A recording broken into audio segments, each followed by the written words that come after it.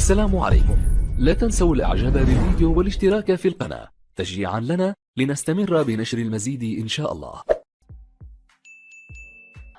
بسم الله الرحمن الرحيم. سيداتي آنساتي سادتي مشاهدينا الكرام في الوطن العربي الكبير، محبينا متابعينا عبر أبو ظبي الرياضية، وصلنا إلى الجولة الأخيرة من دور المجموعات، إلى هذه المواجهة المرتقبة، إلى هذا المنظر الجميل هنا في المدرجات في جذع النخلة في الملعب ليحتضن هذه المواجهة المرتقبة بكل تفاصيلها.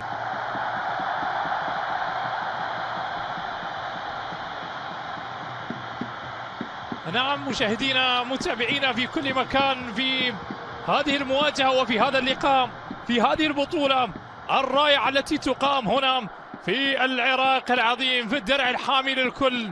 أرجو العذر منك إذا خانتني حروفي، أرجو العفو منك إذا خانتني مشاعري تجاهك. العراق هي بلدك الثاني الذي من الممكن أن تحصل عليه وتتعرف عليه بشكل كبير، هو الحضن الدافي الذي تشم فيه رائحة الأم وتشعر فيه بأمان الأب. العراق جمجمة العرب وكنز الرجال. ماذا لي أن أكتب أو أقول في حقك يا العراق العظيم؟ أو من أين يمكنني البدء بكلامي؟ لا يوجد ما يصفك بصدق. العراق من الأوطان الحالمة الخيالية التي بمجرد أن تعيش فيها أول مباراتين أمام كل من السعودية والمنتخب العماني. خطيرة خطيرة هذه. أيمن حسين تسديدة. الدحي يحاول لكن الكرة أيضا تتخلص من أمامه، تعود مرة أخرى منتخب ينقل الكرة في الأمام، تمريرة الدحي ينتظر الكرة، بعد ذلك أيضا يخلصها ناظم إلى رمية تماس. مصطفى ناظم هو اللي أبعد الكرة الأخيرة. هذا حسن. المنتخب اللي يلعب بدون ضغوط، المنتخب اللي يسعى اليوم جافين في برشلونة، وكان أيضا في ضمن الأسماء اللي عليها العين. الكرة بتعود الآن منقولة عرضية خطيرة بالراس، لكن الكرة تبعد، تعود مرة أخرى للأسود، تسديدة لكن أمان حارس المرمى خلصها وأبعدها إلى ضربة زاوية. حسن رائع هذا العراقي. طويلة أمامية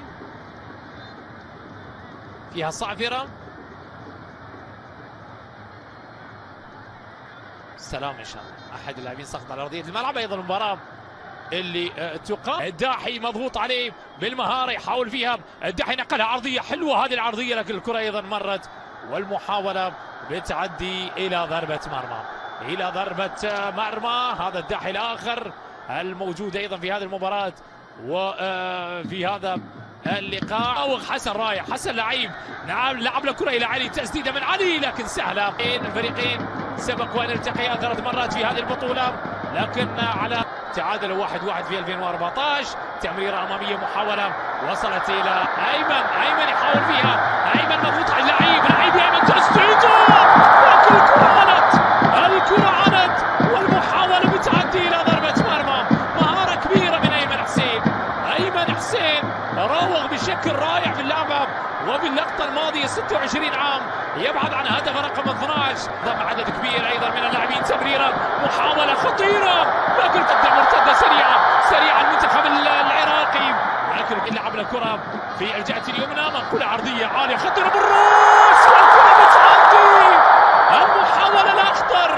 المحاولة الأخطر من حسين إلى حسن، والكرة راحت إلى ضربة مرمى.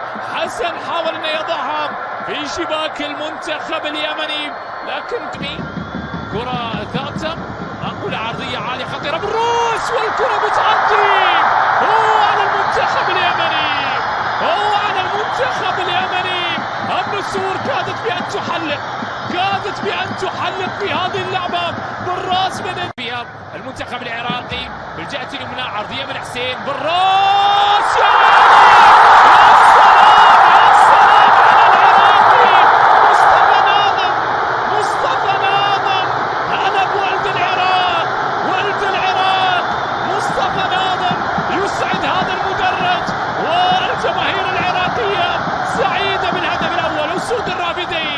أسود الرافدين اللي يتقدم وفي هذا اللقاء. كرة تعود الآن، محاولة على الطاير، لكن في الجهة اليسرى للداحي يحاول فيها داخل منطقة الجزاء، قد يسدد التعادل. عاد اليمن السعيد، عاد المنتخب اليمني، لكن الكرة فيها ربما راية، لكن المنتخب اليمني يعين. حسين يحاول، حسين مضغوط عليه، نقلها الكرة لعمار، ماهر يعود بالكرة في الخلف، فيها مهارة في المرور، في التقدم، في المراوغة، استلام ممتاز، التسديدة، لكن القائم المتابعة من ماهر والكرة في الشباك. نعم،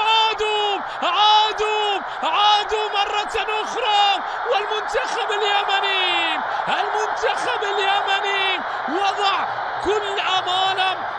إسماعيل هو اللي صنع، لكن ضرغام ايضا كان عنده تسديده رائعه امام 40. كره منقوله الان، عرضيه عاليه لايمن، يهيئ تسديده، والثاني.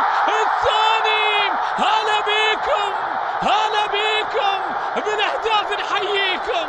بالاهداف، نحييكم. هذا رد اللاعبين للجماهير، هلا بكم.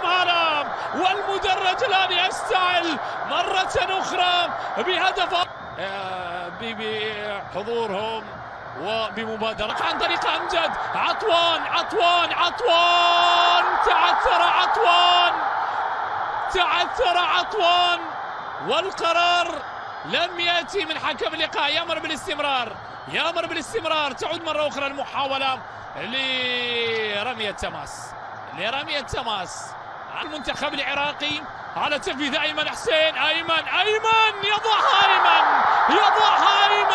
والأسد يظهر. الأسد العراقي يزهر بالثلاثة، يزهر الآن ويسجل الثالث عن طريق اللاعب أيمن حسين. أسود وصلت إلى حسين، الرابع يبحثون عن الرابع، نعم الرابع، أيمن حسين انقض عليها أيمن، والعراقي ينقض على الصدارة. العراقي نعم هو الأسد أيمن حسين، والعراقي سعيد. وهلا بكم، هلا بالأربعة.